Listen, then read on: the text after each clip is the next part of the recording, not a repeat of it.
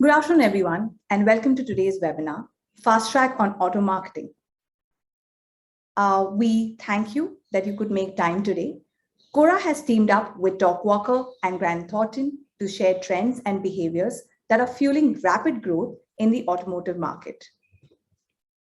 Before we begin today's proceedings, I'd like to acknowledge and thank everyone for taking the time out from their busy schedule and joining us today. I'm Neha Chimbulkar, and I head business marketing for Quora APAC. Before we proceed, I'd like to call out some housekeeping rules for the session. We request you to place any questions you may have on the Q&A section that can be found at the bottom of your screen. Our team of Quora and Talkwalker experts will answer them along the way. Also, we have a detailed report on auto trends put together by Thornton, Quora, and Talkwalker experts, which will be emailed to you post this session. We hope you find today's session informative. Just to briefly cover what we're going to deep dive into, in the first part of this session, we're looking at how digital channels are shaping vehicle purchasing decisions, followed by a panel discussion where our esteemed industry experts will help you understand how Indian auto consumer preferences have evolved in recent years and the key trends to watch out for. Your co-hosts for the first part of the session are Sagar Mahagaonkar, Sales Director, Talkwalker APAC, and me. With that, let's dive right into it. According to the Content Marketing Institute, 51% of B2B content marketers agreed that last year had been increasingly difficult to capture audience attention. Audiences are working from home and online more, making them jaded by promotional content. Instead, they are seeking relevant, authentic discussions, and more businesses are starting to shift to strategies that better connect with audiences.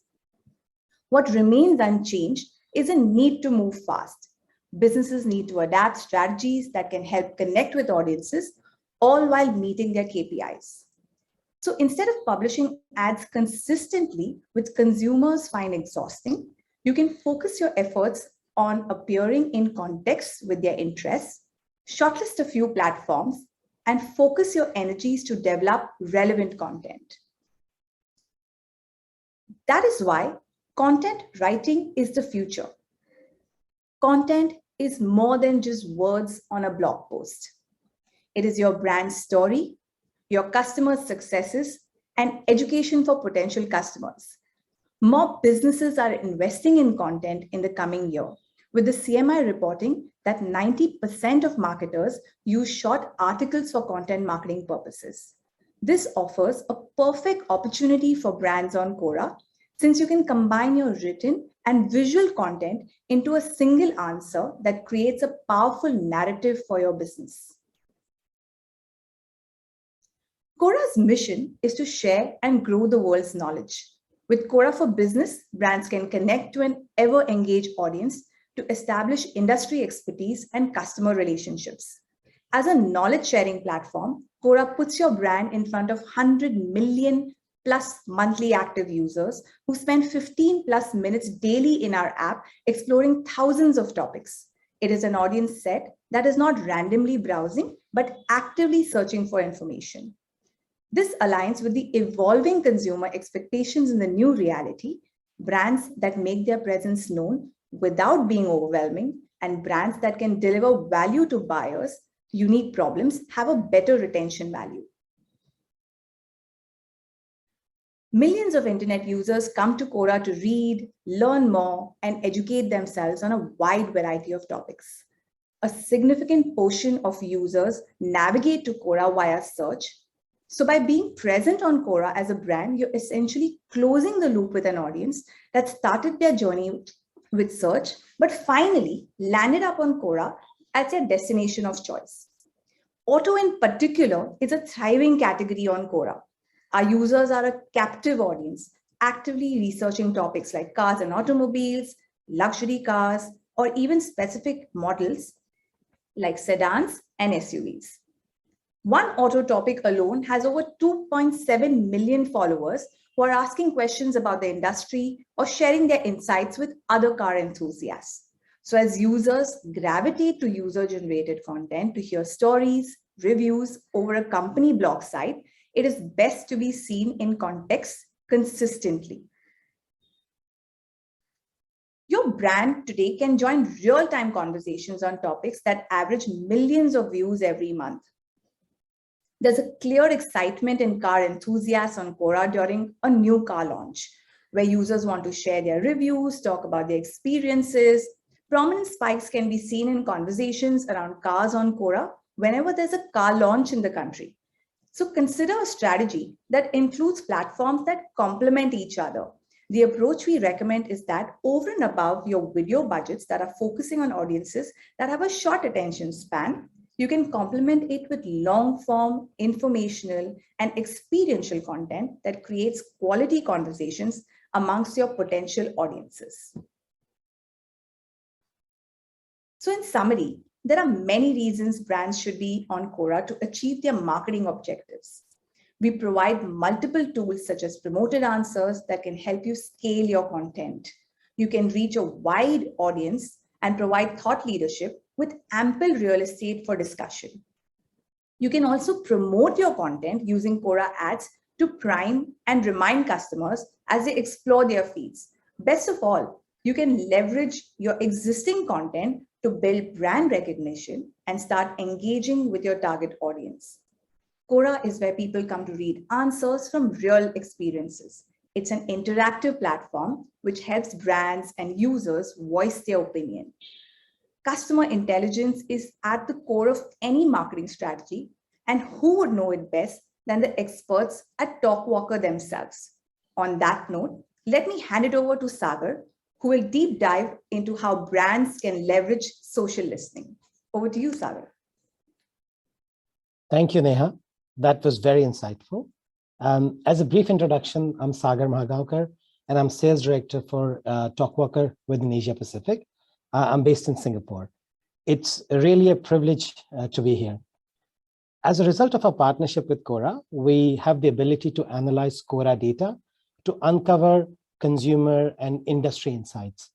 Our clients use these insights for a variety of use cases that include consumer research, content ideation, competitive analysis, industry trends, insights, and brand understanding.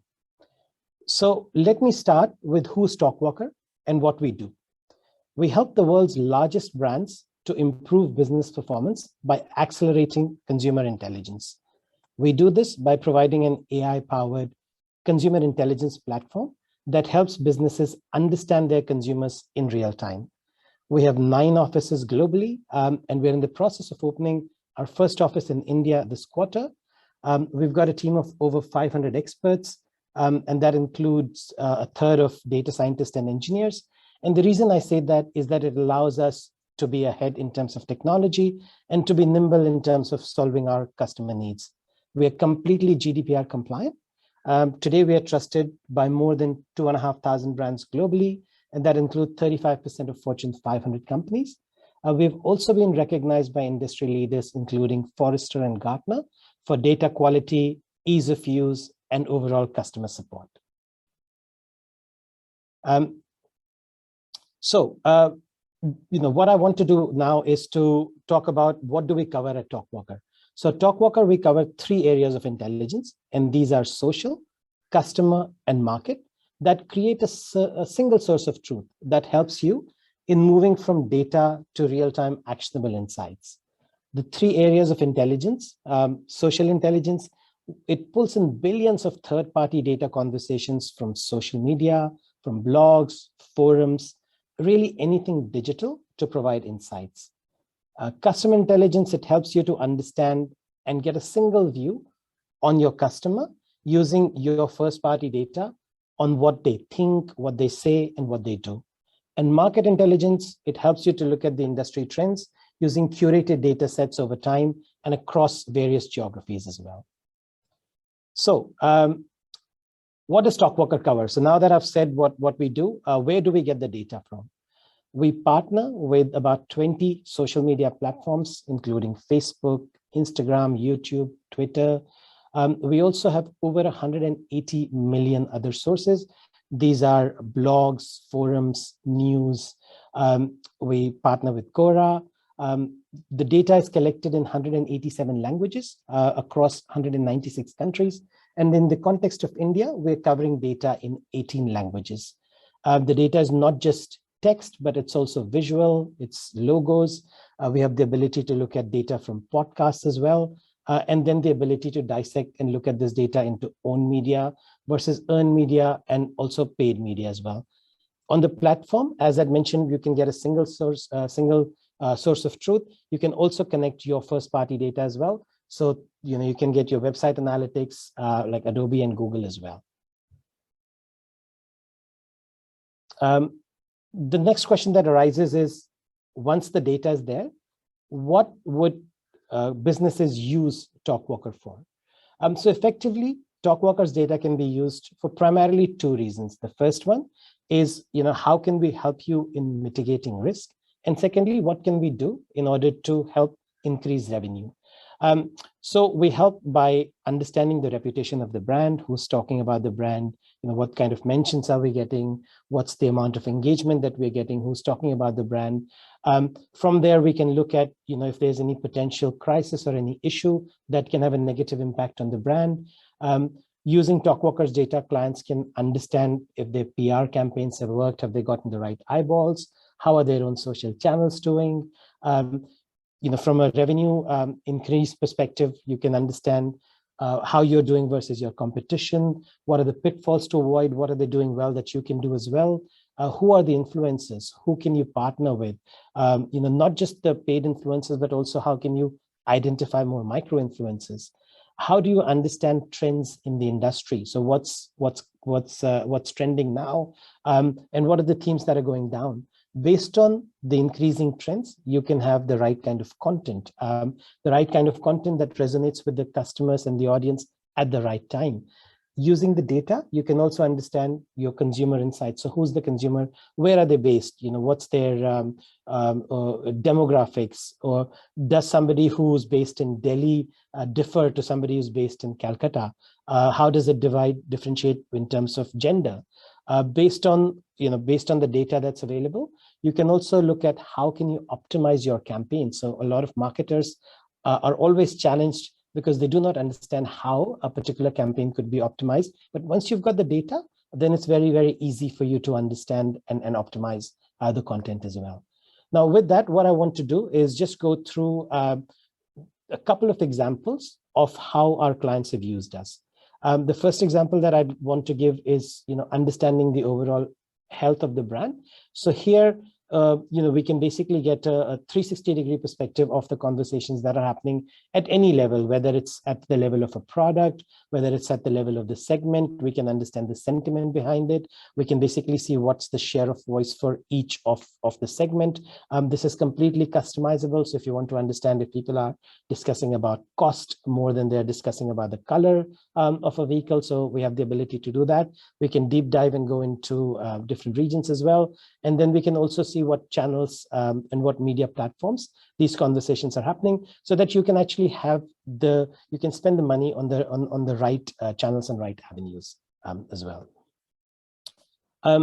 The second use case that I'd like to highlight is understanding competition. So effectively, whatever you are able to do for your own brand, you can do that for your competition as well.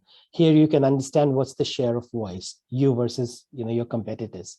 You can see on a day-to-day basis, even on an hour-to-hour basis, on what's trending, what's the are there more competition conversations than your conversations, and really can dig deeper and deep dive into those conversations to understand if there's any peaks or any troughs, and then how can you understand that data and how can you utilize it to make more powerful narrative for your audience as well. And then you can also understand demographics. So as I mentioned earlier, you can understand, the split of gender, age. You can understand where are these conversations happening. You can, really understand anything to do with the demographics of your consumer. Where are they speaking, and what is it that motivates them to come onto on social media and then talk about a specific conversation. Now with this, I will pass over to Gurmeet from Quora so that he can take us through the exciting panel discussion that we've got for you. Over to you, Gurmeet. Thanks, Sagar. Um, that was quite insightful to know about social listening and also about Talkwalker. Hello, everyone. Good afternoon to all of you. A warm welcome again to Fast Track on Auto Marketing, brought to you by Talkwalker, Grant Thornton, and Quora. I'm your host for the panel, Gurmeet Singh, and I head Quora for the APAC region. I keenly follow the auto sector. Today, we have two distinguished gentlemen amongst us. Please welcome Saket Mehra, partner at Grant Thornton, and Harish Lalchandani, VP Marketing at Mahindra. Saket has been with GT for over 6 years now. He's the partner at Risk, an automotive sector leader at GT. In a career spanning over 18 years, he has strong domain expertise around enterprise risk management, internal controls, data security, and cross-border M&A. He's very passionate about the automotive industry. And like I said, he's the automotive sector leader at GT. And we are privileged to have him here. He's also actively involved with industry bodies, including ACMA, IOD, IAA, CII, and ASSOCHAM. Welcome, Saket. Thank you, Gurmeet. About Harish. Harish has been with Mahindra for nearly 3 years now. He's the VP Marketing of the Auto Division. An alumnus of Jamnalal Bajaj, he has worked with Britannia, Nokia, and GE before joining Mahindra in a career that spans 20 years. As the CMO of Mahindra Auto Division, he is the driving force behind the 100,000 bookings of Mahindra XUV 700, which is now the fastest SUV to reach the 1 lakh bookings mark. Welcome, Harish. Thank you very much, Gurmeet. Pleasure to be here. And you are absolutely too kind with your words and your praise. Not at all. I was to the point in my opinion, but yeah, let's get started. So let's first talk about the evolution of cars. Cars earlier were, maybe a personalized means of mobility from point A to point B. They would take you from one place to another. Smart cars, as we call them now, were earlier seen with only 007. Maybe that's the reason why you've called it 700. But jokes apart, now many of us have smart cars. So my first question is to you, Harish. What, in your opinion, is the progress on smart cars in India? And could you give us some example of, what's happening in the years to come in the industry and also at Mahindra? Over to you, Harish. Sure, Gurmeet. And since you mentioned the 007 and the 700, I would like to start off by saying that I think the 700 would be an envy even for 007. So I'm sure. I'm absolutely sure that, the 700 can find pride of place in the next film. And it's one of the most smart, intelligent, sophisticated, safe cars in its segment today. Not marketing it, but just saying it. See, over the years, there has been a significant progress, on this entire journey of smart cars in India, and especially with us at Mahindra today. There's very few of our cars that isn't smart. Now, there are smart features and functionalities that are visible, and you as a consumer engage directly with them. And there are some that run behind the scenes to ensure that you have a absolutely smooth, comfortable, and safe drive. Just taking an example of the 700, for example, Adrenox, which is the brain behind the XUV 700, it's today powered by a 6 GB Qualcomm Snapdragon processor that can execute almost 30 billion commands per second. And this is the mega computing power that allows Adrenox within the XUV 700 to work seamlessly, for example, with Alexa, and using voice commands to control many of the tech features like opening and closing the sky roof, playing the Sony 3D music system, which itself is a smart technology in itself, because it uses significant amount of intelligence and software to provide you an immersive and exhilarating music experience with 12 speakers that can be set to, four acoustic modes. And just to give you a perspective, before we launched the car, I had the opportunity to experience the vehicle and the Sony speakers, and it was meant to be for around 15 minutes just to show me the functionalities of it. And I got so engaged with it. I was sitting in the vehicle for 1.5 hours almost, just listening to the various sounds and the music and how it plays. It's absolutely amazing to listen to it. And, to controlling drive modes, overall to experience and enhance your comfort and your joy and your partnership with the car.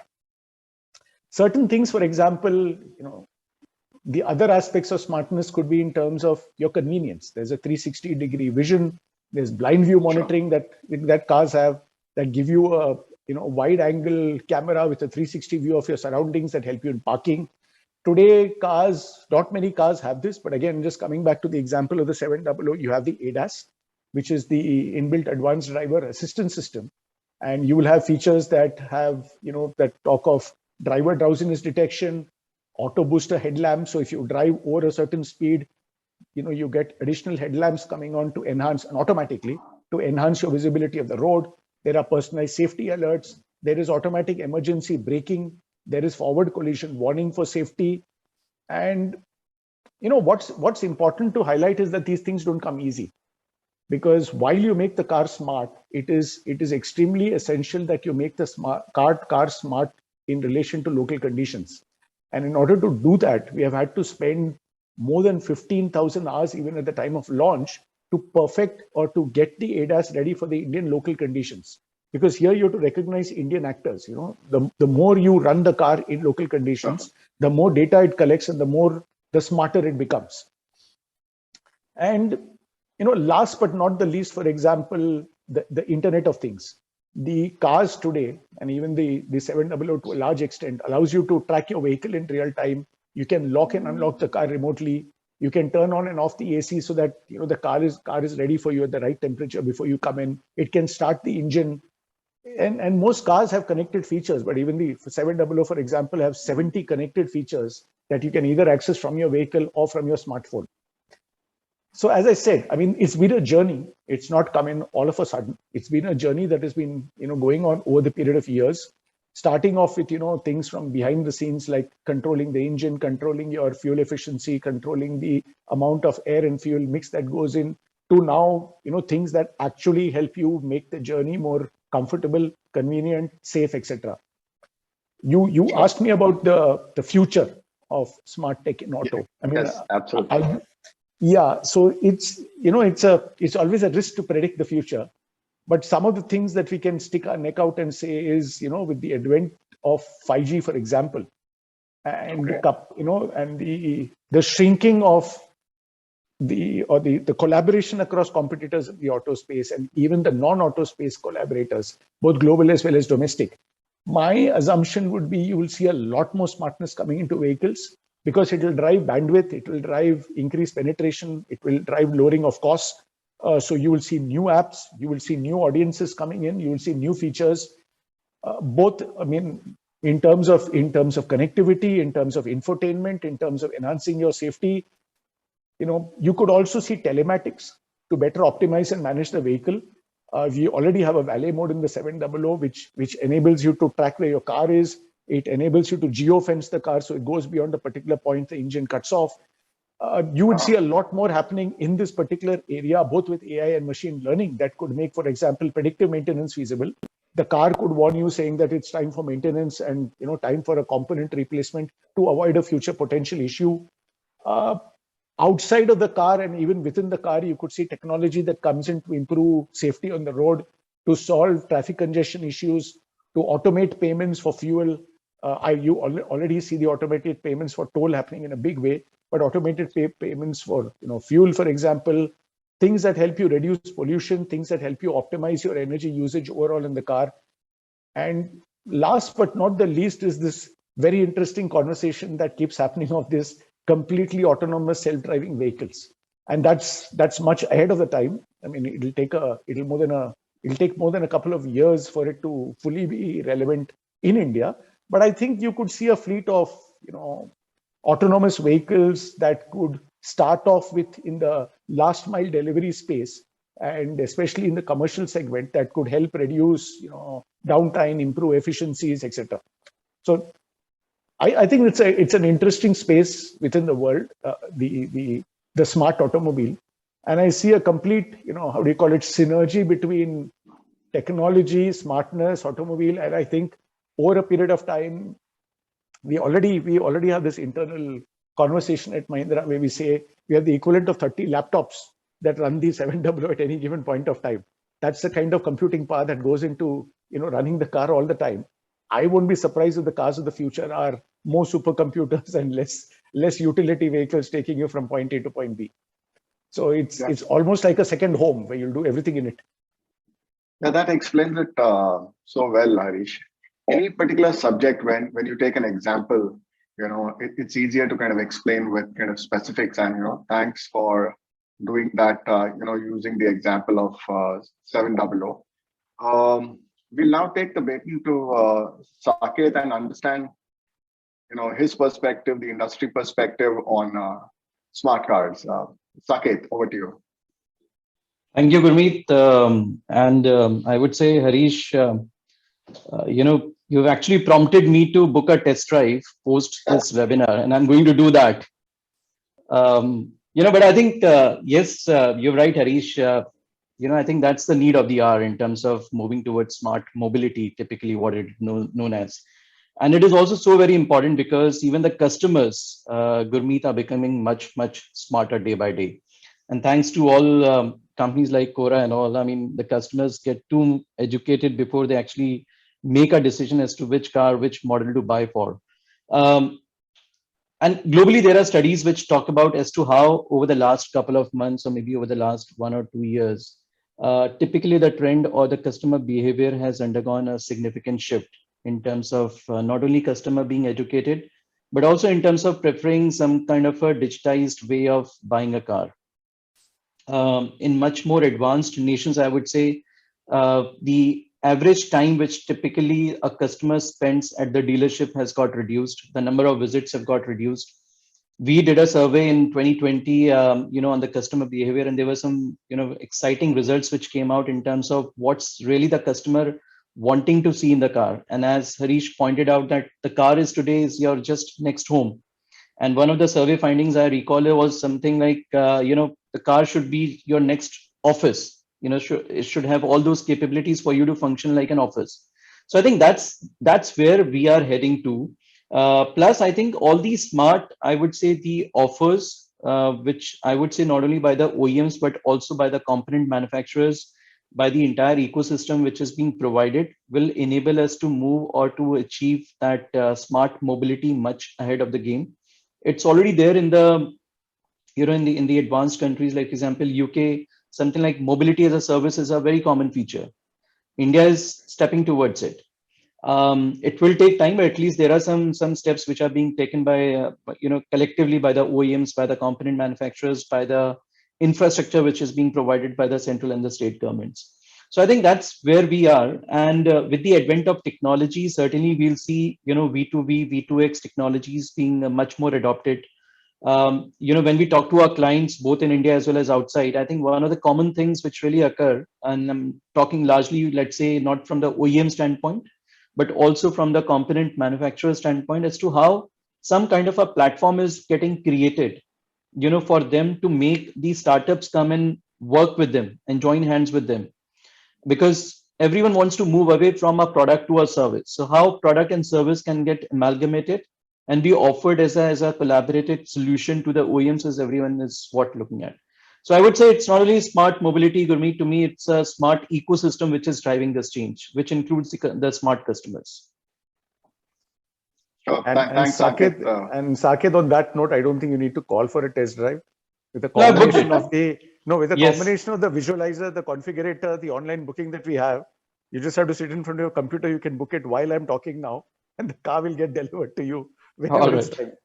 Yeah, Saket, do it. We'll do that, Hamish. So I need to be a smart customer. Great. Absolutely. I think smart marketer, smart customer. Yeah. And now let's get back to the fact that you're choosing the 700, you already are one Saket. A smart customer. Harish, while on this, and also this question is also for Saket. We all know smart cars, the most important thing, like you said, is the chip that kind of drives it, that super chip.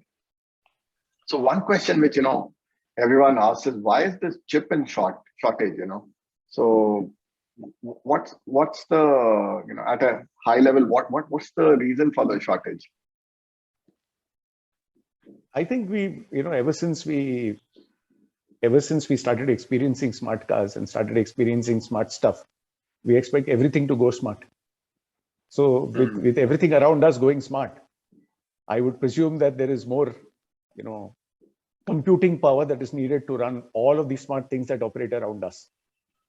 And partly one of the reasons is this, coupled with some of the other logistics and COVID related reasons that have really affected some of the manufacturing, to the logistics, 3, even the demand. So it's a combination of various factors, but I think we're coming out of it to a large extent. And you will increasingly see that, at least for us within the automobile space, you'll increasingly see us, getting better and better at it. And I think the days of how do you call it, semiconductor-led issues are behind us. Okay, cool. Yeah, we're keeping our fingers crossed and hoping it continues. But you can therefore look forward to a lot more XUV 700s and Thars and 300s on the road over the next few months. Sure, more power to you, Harish. So let's move on. The next question is, we are in the month of Feb, right? It's, I think, a topical thing to talk about the union budget. There weren't many key announcements made, for the automotive sector in the budget 2022. That said, there was one major announcement for the EV space, the battery swapping policy. So this one is for you, Saket. What is your assessment of the impact of this, the battery swapping policy? How far are we from the tipping point on EV car mass adoption? Because, we've been hearing it for many years now. And what else needs to be in place for the Indian auto consumer in order to, encourage adoption of EVs? I know these are 2-3 questions, but yeah, you can take them one by one. Over to you, Saket. Thanks. I think, Gurmeet, if you allow me, I would like to take a step back and really talk about a bit about, what really went about this budget which came out last week. See, I think one thing has been very clear, that over the last 2 years, because of the pandemic, the entire equation across the globe has undergone a significant change. And I'm talking about not only the relations which the different countries now have with each other, but also the income disparities which have been created between the different countries.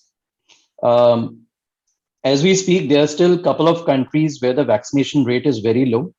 And you can imagine that, where the developed countries have gone significantly ahead in terms of the vaccination rate, etc. There are still certain countries who are struggling to get over there. So that's going to create not only a skill gap, income gap, but also a lot of education gap in the years to come. And potentially it comes with a risk of migration also, which may impact us in the years to come. Now, in this kind of a scenario wherein most of the countries were looking at some kind of a protectionism, there are geopolitical differences between the few of the different nations, which is impacting the macroeconomic fundamentals, be it the commodity pricing, be it the oil prices, be it the higher inflation. I think one thing was very clear for us as a country to really move away from that populist budget, which we had over the last 2 years because of the given situations, and look at something which is more forward looking, look at something which is more growth oriented. And hence, as I'm sure you would have noticed, the entire focus of the Union Budget 2022 was more in terms of how we can enhance our infrastructure capability for the years to come. And there is an increased outlay by almost 35% of the previous year to 7.5 lakh crore, which talks about the Gati Shakti program and the 7 engines which would be driving it. Now, if you look at essentially what we are saying is that we want to create a foolproof infrastructure for the economy, for the private sector investment to come in, as well as to address the concerns related to unemployment. Now, it cannot happen on its own. I mean, you just can't have an announcement done and, you can't expect the private investment to come in or the employment to come in. I think it has to be supported by those peripheral, announcements or the peripheral policy announcement, Battery swapping is one of it, which you talked about, and I'll talk a bit about it. But if we look at, I think there are other announcements which also would facilitate this kind of rollout of the capital expenditure. Now that's whether it is by way of announcing something like a green bonds, so that there is adequate amount of viability funding available in the ecosystem, or a PLI scheme for the for the solar cells which got announced, or is it by way of extension of the tax incentives to the startups, because startups are going to play a very significant role in this adoption of electric vehicles, or we are talking about making the MSME credit available to the MSME further extended, or maybe a revamp of the entire ecosystem. I think these are all the peripheral systems, Gurmeet, which will go a long way. Now, coming to your question in terms of particularly on the electric vehicle side. Now, battery swapping certainly is a good announcement, and it's very unlikely that you would get to hear a policy announcement in the union budget. So it's good that the government has actually taken a note on the climate action failure, which is a very significant risk impacting all the countries at this point of time. So this is one of the better steps towards it. I think it will bring a lot of innovation, that's for sure. It will bring the cost, it will bring down the total cost of ownership. Why? Because the end consumer hopefully will now have the option to kind of avail battery as a service, and there are going to be certain changes which possibly need to be made, be it on account of the FAME 2 policy, which is currently in progress. But yes, there could have been certain things which the industry was expecting more. For example, whether the EV financing, which currently becomes a big challenge, whether a priority sector lending status could have been given to the electric vehicle financing, or maybe some kind of incentives which potentially could have been given to the electric charging infrastructure companies, or maybe an extension of the FAME 2 policy. Now, the industry demands will always be there, Gurmeet. The industry demands, and not everything can be fulfilled. But at least directionally, the government has been right in terms of announcing a policy to be rolled out for battery swapping, because that would push the adoption of electric vehicles to a very large extent. Similarly, if you would have noticed, there was an announcement also about creating the special mobility zones. Now, what it typically means that the government wants the public, the masses, to first adopt or come to the electric vehicle ecosystem. And hence, there is an announcement towards creating those special mobility zones with focused, public transportation being available in those zones using a fossil-free fuel. So I think these are the announcements which would go a long way in terms of making sure that, yes, we reach to our decarbonization commitments much earlier than what we've already committed, in the COP26 announcements. So that would be my bit, Gurmeet, on the union budget side. Got it. So the way I understand is a lot of things drive mass adoption, and the most important thing which you listed out is the peripheral ecosystem. Absolutely. So the more you kind of incentivize the peripheral ecosystem, it kind of shortens the journey to mass adoption, right? So given the current momentum which is there in the peripheral ecosystem, how many years do you think will it take when people will really start preferring to buy EV vehicles at a personal level? Of course there is a commercial vehicle element to it as well, but personal vehicles, what's your gut feel? I know it could be anyone's guess, but what's your guess?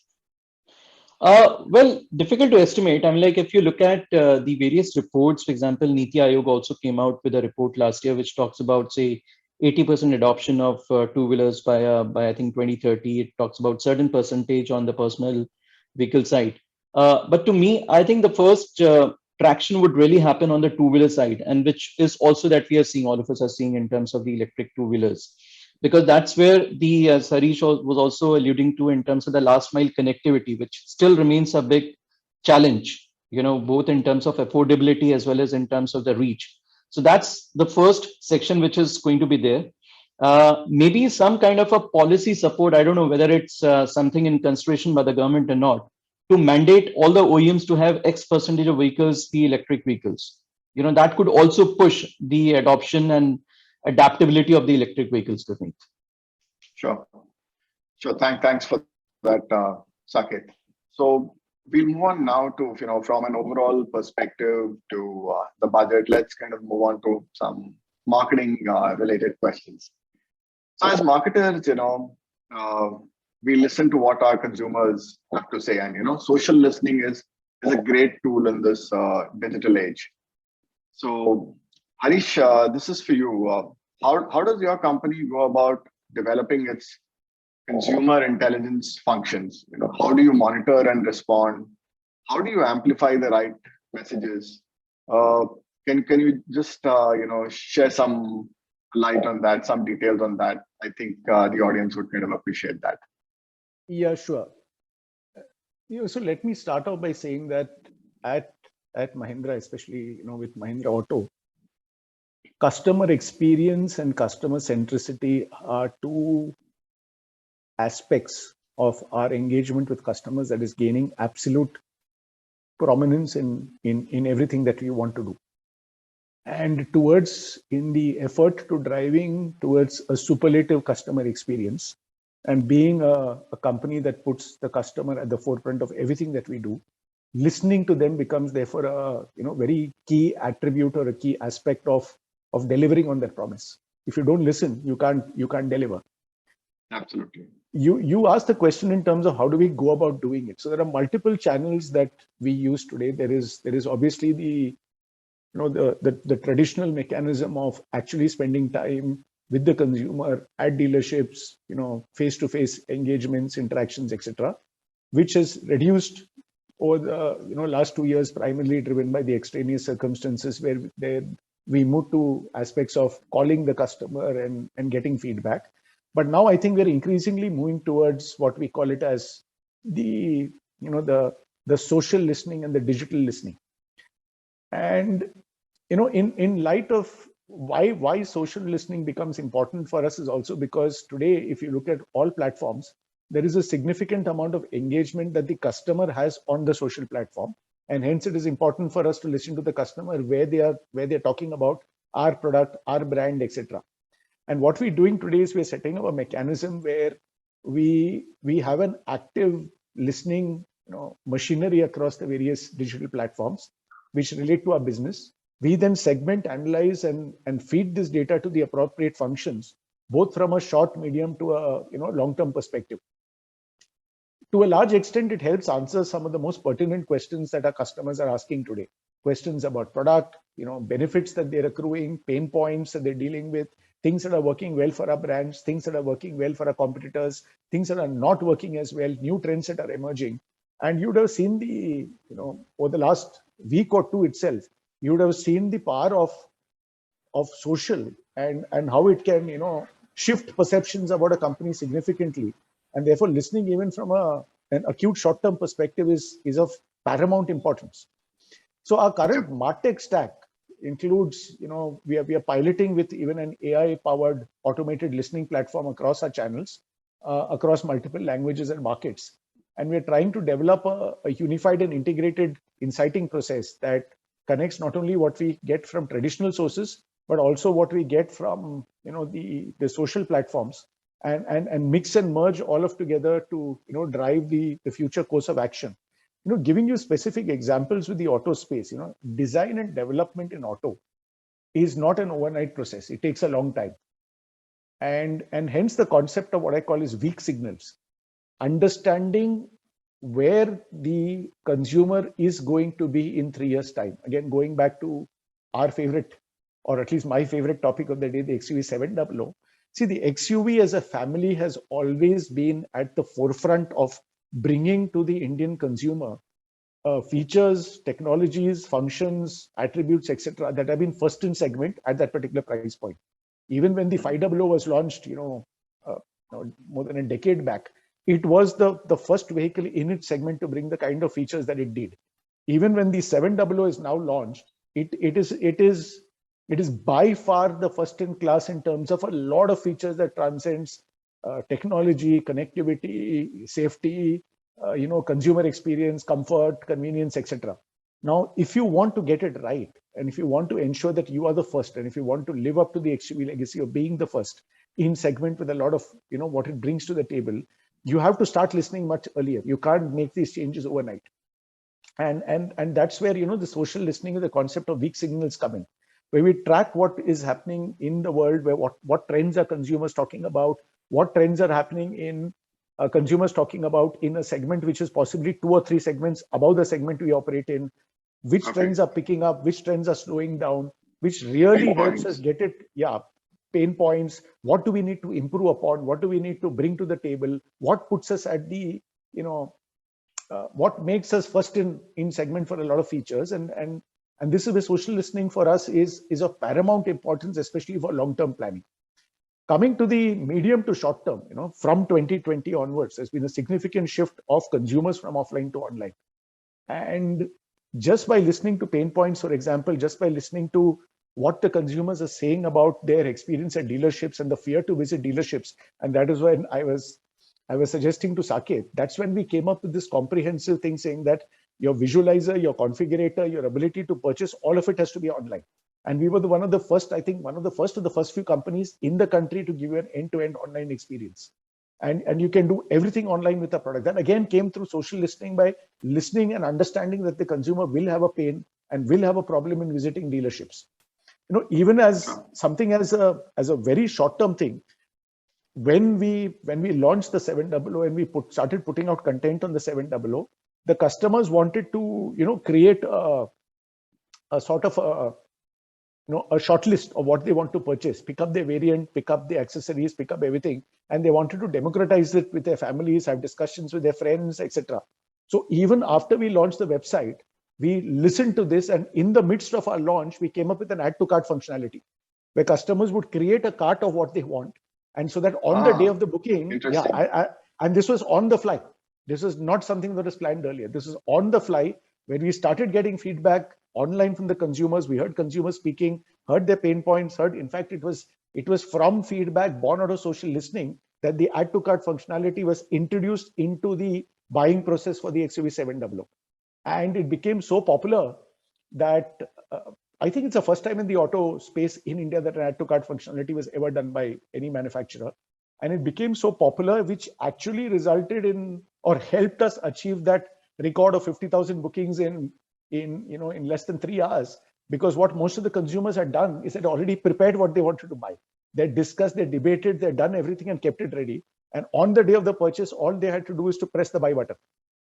And it even helped us from listening to consumers and modifying our purchase process, even helped us create a record and got us a significant number of bookings in day one itself. Did the pandemic impact your thinking or the marketing thinking in any way? Or I'm sure it did, but in which ways? I would say it speeded up the process. I don't think there's any marketer in the country who didn't say, I want to go online, I want to go digital, I want to listen to consumers online. It was always there at the back of the mind. Even I remember when I was in my first job, I think, when was it? Almost 20 years back, more than 20 years back. We even then used to think of online and digital and do surveys online, etc., etc. But that was an afterthought. Today, it has become mainstream. Today, anything to do with digital, anything to do with social listening, anything to do with connecting with the consumer, listening to the consumer, engaging with the consumer, having conversations online, even to that extent. And I'm just stretching the social listening bit a little. I would say that the 700, even the marketing campaign, was predominantly a digital-led campaign. It was a digital first and a digital-led campaign. We just supplemented it a little with non-digital, with material, and it really worked wonder for us. So not only listening, even engaging and talking to customers, I think social listening, social platform, social engagement is the way to go for future marketers. And I think you make a valid point that it's speeded up the change. It speeded up the change. And the future lies in using these insights. It lies in using the insights from social listening to improve not only what you have and what has happened in the past. It also helps you, as I said, react in real time. It also helps you give the customer something that the customer wants in real time, with an awareness of what are conversations, analyzing the conversations that are happening in the present. And it also helps you discover, and to to modify and to create new and more meaningful experiences for customers in the future. So I would put social listening and modifications right at, up there in terms of what is it that most marketeers need to do going forward. Cool. Thanks for that perspective, Harish. Let's take Saket's view on social listening as well. So I think Harish has summarized pretty well, Gurmeet, and that's what we get to hear from the other parts of the globe when we interact with the other network firms within the Grant Thornton network. And especially if you look at the Nordic countries, for example, I mean, they always had a first mover advantage, whether it's adoption of an omni-channel model or it's moving towards mobility as a service, as I said earlier. And I think one of the Grant Thornton survey, which we did last year, the GT UK, Grant Thornton UK did the survey. It also pointed out at how approximately number of franchisees would come down by 2025 in UK. Why? Because the customer experience is now all getting digitized, and I think this this kind of a shift also enhances, I would say, the customer or the OEM's brand value retention to a very large extent. The whole idea of having the customer experience centers, wherein the customer walks in, experiences the vehicle, experiences the layout, etc., is completely different from a model wherein a typical dealer would have X number of vehicles displayed, the delivery also happening from the same location, etc. So I think that brings a lot of synergies, both from the OEM standpoint as well as from a customer standpoint. There are both tangible and intangible benefits attached to it. You save on your logistics cost, you save on the payouts which happen to the dealers. There are multiple aspects which typically get taken care of when you kind of move towards a different channel altogether. And certainly digitization is going to play, and rather it is playing a very significant role over there. Good. Got it, Saket. Okay, we have time for one last question. So this is about after-sales strategy. So after-sales strategy, as we all know, goes a long way in building a brand. It results in positive word of mouth, which you can say in some way is also linked to social listening. They are interlinked in some way, and therefore, after sales strategy becomes one of the key parameters in increasing the sales of a brand. So, quick one, Harish, if you in a couple of minutes can share, what has been the change in after sales? Let's say, how has it evolved in the last maybe couple of years? Okay, very quickly. Gurmeet, and I'll try and keep it short.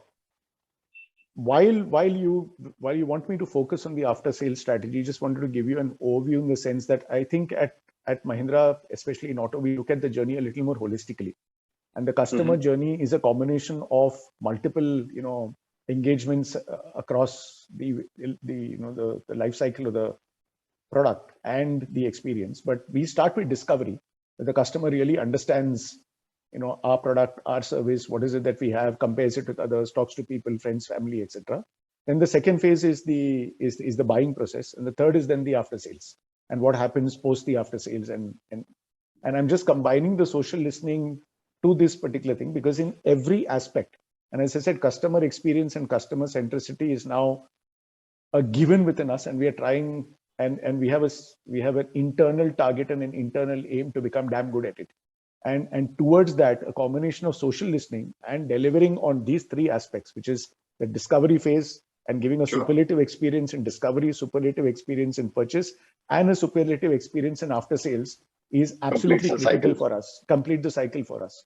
After sales is especially important for us because if you take a look at the kind of iconic products that we have had and we continue to have, it's almost like, I've heard these stories about these expensive watches that get passed on from generation to generation, but to a large extent, even with our products, whether it be the Thar, be it the Bolero, be it the Scorpio, one, not only does it pass on from generation to generation, but also what happens is once you get into the product, so a Bolero buyer ends up buying the next product as the Bolero. The Thar guy will always buy a Thar as the next product, and so on. And so with the Scorpio. So there is something that we are doing right in terms of connecting with the customer, staying engaged with the customer, to ensure that the customer stays within the family over a longer period of time, and it doesn't end with just the purchase of that particular product. Having said that, some of the things that we're working on is we are in the unique positioned today to bring more than just the auto, advantage to the customer. We have a group of companies, and what we're trying to see is how can we deliver to the customer more than just auto? How can we collaborate and provide the added efficiency of, let's say, Mahindra Auto with Mahindra Finance and possibility the Mahindra Adventure, bring in aspects of, maybe the Club Mahindra, etc., to see how we can engage with the customer all under one roof. All under one roof, and give a more holistic after-sales purchase to a customer, after-sales experience to a customer, bringing in the group strength into it rather than just the original, rather than just automobile. That's one aspect of that's one attribute that I am personally, and we as a group are, we are working on. And second one is there is a strong focus to use the customer data more effectively to increase the customer's lifetime value. So there is a lot of, back-end work that's happening in terms of customer segmentation, identifying what is it that the customer would want, and then providing that unified experience across all touch points of the customer, be it the dealership, be it the call center, be it, with the vehicle, be it with us. How do we provide that unified experience to the customer for the purchase that they have made from us? So these are, I think, two attributes in short, that I would say that we are focusing on, and you will see a lot more of it and a lot more news on it coming from us over the next few years. Thanks, Rish. I think you're redefining after-sales service, broadening it, making it more comprehensive, and adding more elements to it. That's quite an insight to kind of learn.